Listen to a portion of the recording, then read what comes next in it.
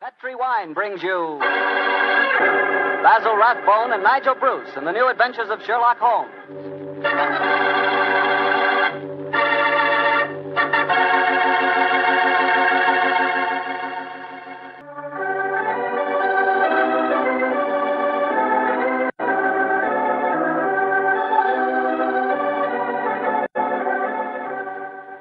And now I'm sure our old friend Dr. Watson's ready for us, so let's go in and join him. Come in.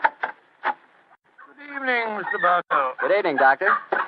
Well, the puppies seem very happy tonight. Yeah, tonight, yes, but you should have seen them this afternoon. I doubt if there were two more frightened little dogs in the whole of California. Come on, Winnie, now you control yourself. What happened, Doctor? Well, I took them for a walk on the beach. As we were scrambling round a rocky point, a seal popped his head up in the water quite close to us. What'd the puppies do? Oh, both of them barked at it furiously. And the seal? Blew a few bubbles and then barked right back. I don't know what the world's speed record is for short-legged dogs, but I'm sure they broke it. You know, Doctor, I'll have to join you on one of those afternoon strolls of yours. You always seem to be having such exciting adventures. Oh, and talking of that, how's about tonight's new Sherlock Holmes adventure? Well, I'm all ready for you, my boy. In fact, I was looking over my notes on the case just before you arrived. This is another story in which Sherlock Holmes' elder brother, Mycroft, played an important part. Mycroft Holmes was 7 years older than Sherlock, and some said it is superior in powers of observation and deduction. That sounds like heresy, Doctor. No, young fellow, my lad. Holmes himself was the first to admit it. In fact, if it hadn't been for his incurable laziness, Mycroft would have been a formidable rival to his younger brother. However, Mycroft did hold a position of considerable importance at the Foreign Office, and it was there that tonight's story begins. It was in the winter of 1899. And Mycroft Holmes, after a gourmet's lunch, was reclining full length on a leather settee. His eyes were closed, his hands were folded across his stomach, and his breath came rhythmically. A cynic would have declared that Mycroft Holmes was taking an after-luncheon snooze. But Mr. Holmes' secretary, a gentleman by the name of Gardner, was a realist. He tapped on the door discreetly. Then he rapped on it. And still there was no response, so he opened the door and entered. After a moment, he gave what he thought was a discreet cough. Mycroft Holmes opened his eyes and folded his hands and said, "Found it, Gardner. Must you come in here and bark at me so soon after lunch?" I'm sorry, Mr. Holmes, but I thought... You thought that as I was lying down with my eyes closed that I must be bored, and so you came galloping in. Oh. Well, what do you want? There's an old lady outside, sir. She insists on seeing you personally. I've tried to get rid of her, but... What's her name? Mrs. Hudson, sir. Mrs. Hudson? Huh. Show her in, Gardner. Show her in. Very good, sir. Undoubtedly a message from young Sherlock. How are you, Mrs. Hudson? Oh, good day, Mr. Holmes. I'm sorry to interrupt you, but I won't take up much of your time. Sit down, won't you? Don't leave us, Gardner. I may need you in a few minutes. Very good, sir. Now, Mrs. Hudson, what's the message? Message, sir? Didn't my brother send you with some message that he was afraid to entrust to the ordinary channels? He's always so confoundedly dramatic. Oh, bless your heart. No, sir. I've come to you with a little problem of my own. I didn't like to bother Mr. Sherlock Holmes with it. He's been so busy lately, and he's looking very tired. And so you came to me. Oh, delightful. I thought you wouldn't mind, sir. You've always been so nice and friendly to me. Pure laziness. It is less effort to keep an old friend than to make a new enemy. But tell me your problem. Well, it's really my sister's problem, sir. She keeps a boarding house at 14 Kensington Garden Square in Bayswater. And she's convinced one of her boarders, a man who has a room on the first floor back, she's convinced that he's a birdman. And what in heaven's name is a birdman? Do you know, Gardner? No, sir. I can't imagine. Oh, it's like a werewolf, gentlemen, except that the man turns into a bird. Oh, come now, Mrs. Hudson. Oh, I know it sounds daft, but my sister's in a dreadful state. Of course, I've been with your brother long enough, sir, to know that such things are nonsense. But how can I prove it to her? What reason does your sister give for holding a strange belief? She keeps finding pigeon feathers in the room. Now, the man doesn't keep pigeons, sir. My sister knows that for a fact. Has she found any traces of scattered food on the window ledge? None, sir. No signs of any pigeons, except the feathers. My sister's a wee bit fey, Mr. Holmes. She's the seventh daughter of a seventh daughter, and you know what that means. Just the same. She's not imagining things, sir. She's shown me the feathers herself. Where were they, Mrs. Hudson? Somewhere on the floor by the end of the bedstead, sir. I brought some along with me. Here, sir. And we found some more in the gentleman's cupboard where he keeps his clothes. By George, I wonder What if... is it, sir? I'll tell you in a moment, Gardner. Mrs. Hudson, this matter will require a little private investigation. You may return to your sister and tell her not to worry. I shall get in touch with you as soon as my inquiries are completed. Good day to you. Good day, sir. And I'm very much obliged to you. Well, Gardner, what do you make of it? An old wives' tale, sir. You're not treating it seriously, are you? Yes, I am. One of these feathers shows evidence of having had string tightened round it. That suggests a captive bird. Now, a captive bird smuggled into an obscure boarding house would point to something of the greatest importance to us, Gardner. By George, sir. You mean carrier pigeons? Exactly. And remember that we're at war and that the Boers have obtained several important and highly confidential secrets of ours lately. We know there's a leak somewhere.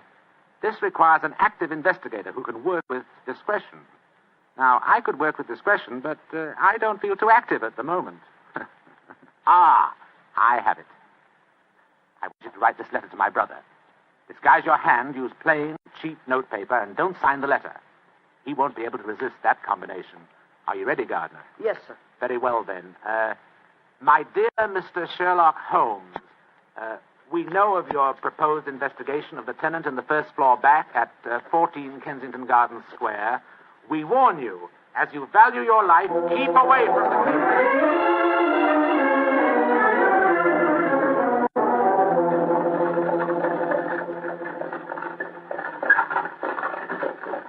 We warn you, as you value your life, to keep away from the case. And that, my dear Watson, is why we are driving towards 14 Kensington Gardens Square, disguised as building inspectors of the London County Council. Well, I must say it's a very challenging letter, Holmes. Unsigned, Yes. I notice. Written on cheap notepaper and in a disguised hand. No clue there, I'm afraid. Well, we're entering the square, Holmes. Let's stop the cab here. You can drop us here, cabby. Right you are, Governor. It would seem a little incongruous in these costumes for us to arrive in a cab. Yes, I suppose so. Here you are, cabby. Oh, thank you, Governor. Supposing this mysterious tenant of the first floor back should be in his room when we get there. We must hope our disguises are convincing and keep our wits about us. Now, this may be a trap. Yes, just what I was going to say. After all, you've never heard of 14 Kensington Gardens Square until you received an unsigned letter 2 hours ago warning you to keep away from it. I don't like the look of it. There we are, number 14.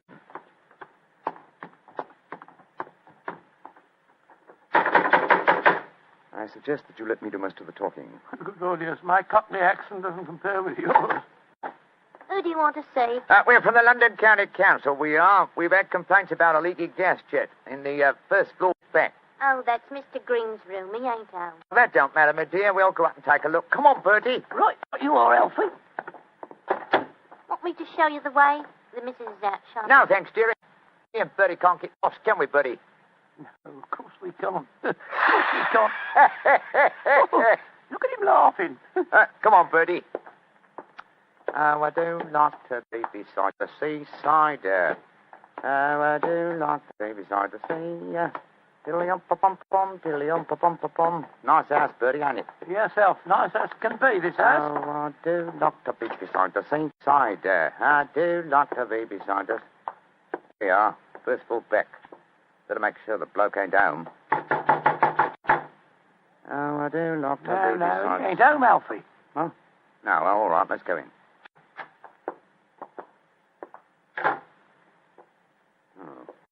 So this is the mysterious room, eh? Well, it looks perfectly ordinary, doesn't it? Yes, a pressing example of the squalor of boarding house life. Hello. What's this on the bedspread? Feathers. Must have come out of the pillow. No. These are pigeon's feathers, old chap. And look here, Watson. Attached to the bed rail. No, that's only a piece of string. String, yes, but with a small metal ring on the end.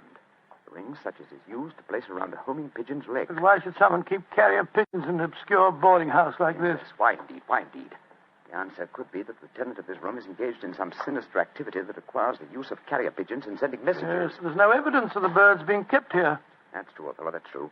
Possibly the owner of this room is given a pigeon by one of his superiors, brings it here, affixes his message, and releases the bird. But why couldn't he just take the message to where they keep the birds? Well, in that way, he would run the risk of being picked up with dangerous and incriminating messages on Well, it. what kind of skullduggery involves the use of carrier pigeons, do you suppose? We're at war with the Boers in South Africa, Watson. What could be more logical than that a spy in their pay should be using this method to smuggle important information out of the country? By Jove, yes, Holmes. I wouldn't mind being the... Somebody coming. Look out. Who are you? What the devil do you think you're doing in my room? Well, my name's Bertram, and I come here to look at your gas pipes. Don't lie to me. Who are you? It's like I say, Captain. My name's Bertram, and I come from the London County Council. Very well, then. If you won't tell me the truth, perhaps this revolver will make you change Now, your look mind. here, Captain. Look here, Captain. Grab his revolver, Watson. Yes, right. Holmes, where were you? I slipped behind the door as this gentleman opened it. Yeah, me, sir. Your overcoat coat seems extraordinarily well filled with chest, doesn't it? Why not slip it off? Yeah. It's a bit warm in here. Let me alone. Joe, you were right, Holmes. He had a pigeon under his coat. Yes. See if you can catch the bird, will you, old All chap? right, here. Come on, Pigeon. Come on, little fella. Come along, Pigeon. There he comes. That's it. Look at the little fella. Snuggled up on my arm. Friendly little fellow, isn't he? Yes, I... Look out, Watson. The gentleman's revolver. He's going after it. when I get it, I'll... A beautiful uppercut, Holmes. I'm afraid he'll be unable to talk to us for some time.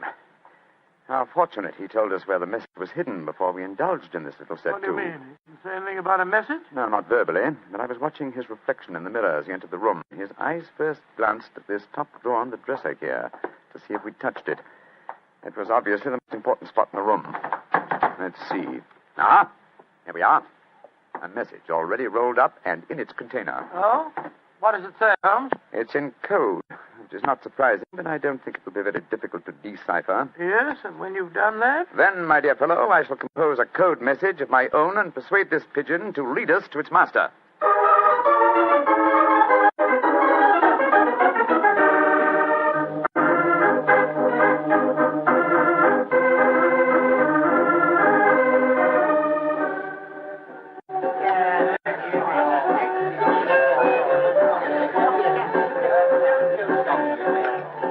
I can see from your puzzled expression, Watson, that you're wondering why I brought you to Dexter's Music Hall in the Edinburgh Road. Well, I must confess I was confused, Holmes. First of all, we go to Baker Street and you spend hours poring over some obscure book.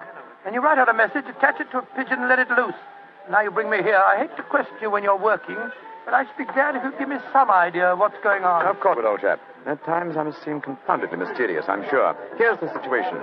The obscure book I was studying was a table of ciphers. I was trying to decode the message we found in the room on the first floor Well, back. obviously you succeeded, or we wouldn't be here. Yes, the key word was Louis Botha, the name of the Boer leader. The message was a report on the number of troops now in training at Aldershot. Then you were right. We're mixed up with a ring of enemy agents. Obviously, old chap. So I kept the original message and composed another using the same code and dispatched it by carrier pigeon. Well, what did you say in your message? Meet me tonight, 8 o'clock, table number 3 at Dexter's Music Hall. What made you choose this place as a rendezvous? Well, I happen to know that it's a common meeting place for world characters.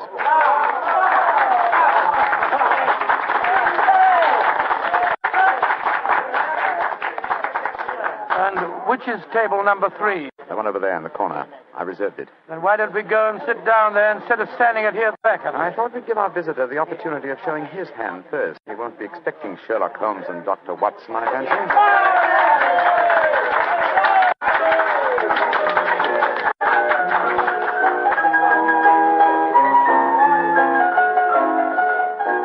Good Lord, look at this woman coming on to sing. You ever see so many fellas? I'm not allowed to have a beau except upon the sly. So yesterday he came and took me walking through the night. Holmes, look. A man just sitting down at table number 3. Watson, will it knock? It's Sid Trimble. Sid Trimble, who's he? A dangerous criminal who once worked for the Moriarty gang. We've caught a prize pigeon, Watson. Better have your revolver handy, old chap. Undoubtedly he'll recognize us. Right you are, Holmes. Come on, then. Owls are in the clover, they tremble this morning. Go and drive them, Maggie, to the old. I'm so glad you're able to keep your appointment, sir. Sherlock Holmes. This is a trap. Now, don't try any tricks. I've got a revolver here, Sid. How'd you like this table in your face? Oh! Watson, you didn't shoot him, did you? No, he knocked my hand. The revolver went off. The shot went wild. I swear it did. Yes, of course. Look at the wound. There are no powder burns. The shot was fired from some distance. Holmes. Holmes, he's dead. Out of the way! Out of the way, please. Now then, what's going on here? Constable, this man has been killed. Yes, and it's easy to see who did it. Well, I didn't do it, Constable, if that's what you're thinking. No? Then why are you standing here with a smoking revolver in your hand? Come on, you're under arrest. But you can't arrest me. I'm Dr. Watson, and this is Mr. Sherlock Holmes. I don't care if you're the King of Siam and the Bishop of London himself. You're under arrest, and I'm taking you both to Scotland Yard.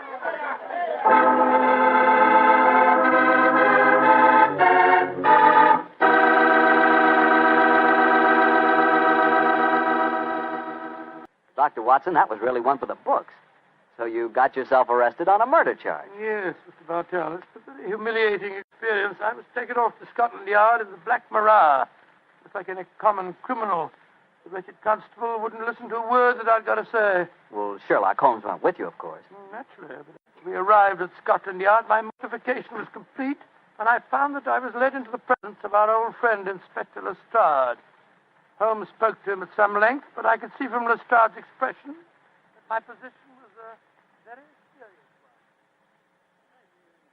one. Now I can see what it is, Mr. Holmes. You see, I know you both. But I must say there are lots of them here at the yard as don't like what they call your high-handed method. But, Lestrade, personal likes or dislikes have nothing to do with this. No, of course they haven't. It's purely a matter of evidence. Well, I know that, Dr. Watson. And the constable's evidence was as clear as the nose on your face. The dead man was shot through the head, and you were standing in front of the body with a drawn revolver But, in your hand. my dear Lestrade, there were no powder burns on the wound. Yeah, that's what you tells me, Mr. Holmes. But I'll have to wait for the official report on that. The police surgeon's examining the body now. You understand, gentlemen, I'm not saying I'm sorry that Sid Trimble's dead. He's been a thorn in our side for a good many years. In fact, here's the police surgeon now. Dr. Hendricks, this is Mr. Sherlock Holmes and Dr. Watson. How do you do? How do you do, gentlemen? I'm a great admirer of you both, and I'm sorry to see you in such a very unfortunate plight. Thank you, Doctor. Thank you. What were your findings, Dr. Hendricks? Well, I've just extracted the bullet, Lestrade, and I'm very much afraid it's the same make and caliber as the one missing from Dr. Watson's revolver. Yes, but that doesn't prove that I fired the fatal shot. A .45 Colt's a very common weapon, Doctor. It proves nothing. Dr. Hendricks, as I was just saying to Inspector Lestrade before you came in, the only fact that would show my friend guilty would be powder burns on the wound, thereby proving that the bullet had been fired from close range. I entirely agree with you, Mr. Holmes. Then, as there were no powder burns on the... But there are powder burns, Mr. Holmes. What? Very distinct ones, too. Lord, I don't understand, Holmes. I'm sorry, gentlemen, to be the bearer of bad tidings, but I have my duties to perform. Yes, and I'm sorry, too, Dr. Watson. Huh? I'm afraid I'm not going to be able to let you leave here. Of course. You must consider yourself under arrest.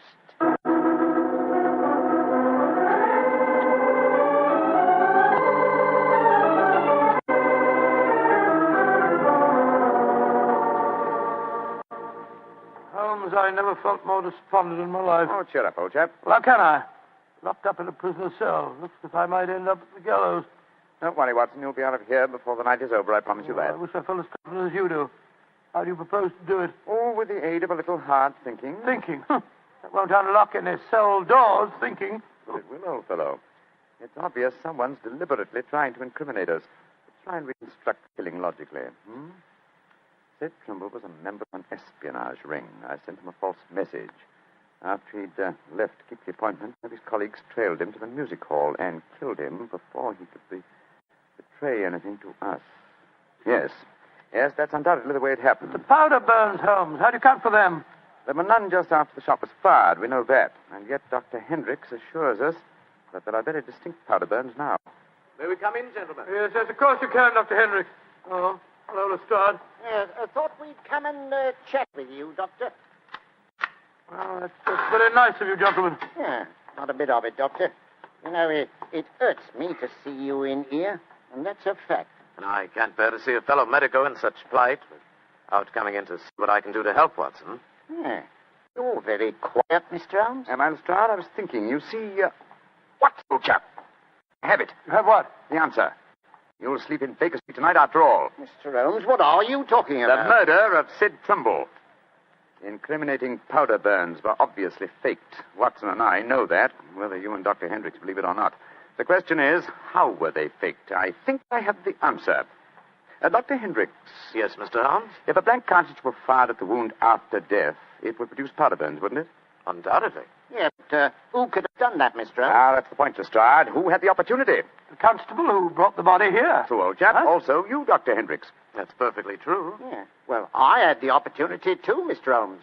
I spent half an hour in the morgue alone with the body when it first come in. Well, you've narrowed it down to 3 suspects, Holmes. I hope I don't hang before you find the real killer. I've found him, Watson. Why, who What? would be, Mr. Funny. Holmes? The answer is simple, Lestrade. The powder burns were certainly faked by a blank cartridge.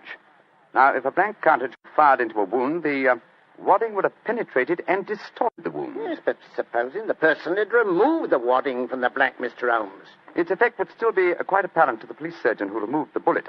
Am I correct, Dr. Hendricks? Entirely. The surgeon could not fail to identify the marks, Mr. Holmes. Exactly. Therefore, only one person could have fired that blank cartridge without detection. The same person who made the incision necessary to remove the cartridge would also remove all traces of the shot. You yourself, Dr. Hendricks. Holmes, I believe you're right. That's an ingenious theory, Holmes. Surely you're joking. Am I? Then how do you account for the pigeon feathers on the collar of your coat? I'm not... The devil with you, Holmes! Here, come back here. Doctor! Constable! Tell that doctor Great Scott. Scotland Yard itself harboring an enemy agent. Upon my soul, Holmes, you've done it again. I must say you've got sharp eyes. I didn't see those pigeon feathers on Hendrick's collar. Confidentially, my dear fellow, neither did I. But Hendrick's guilty conscience knew they might be there. It was a shot in the dark, and I had to take it. If you'd spent the night in a prison cell, I should never have heard the end of it, I'm sure. Never.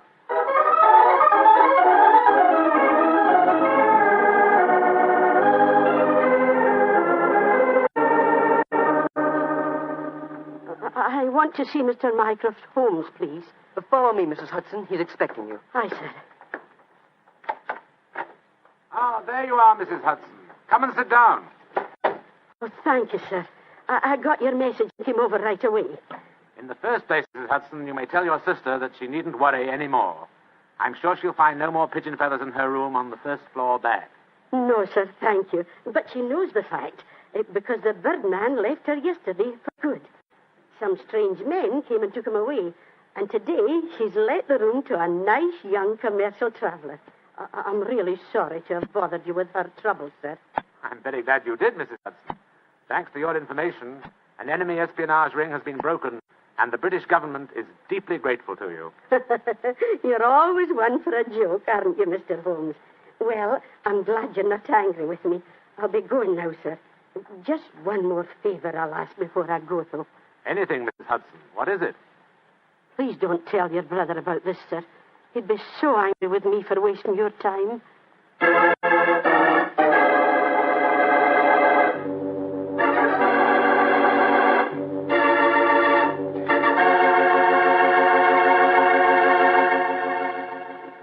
Well, Dr. Watson, what story do you have lined up for us next week? Well, now, next week, Mr. Bartell, I'm going to tell you a weird adventure that Sherlock Holmes and I had in the East End of London. It concerns a most unusual stage play, a badly frightened actor, and a blood-stained razor. I call it The Strange Case of the Demon Barber.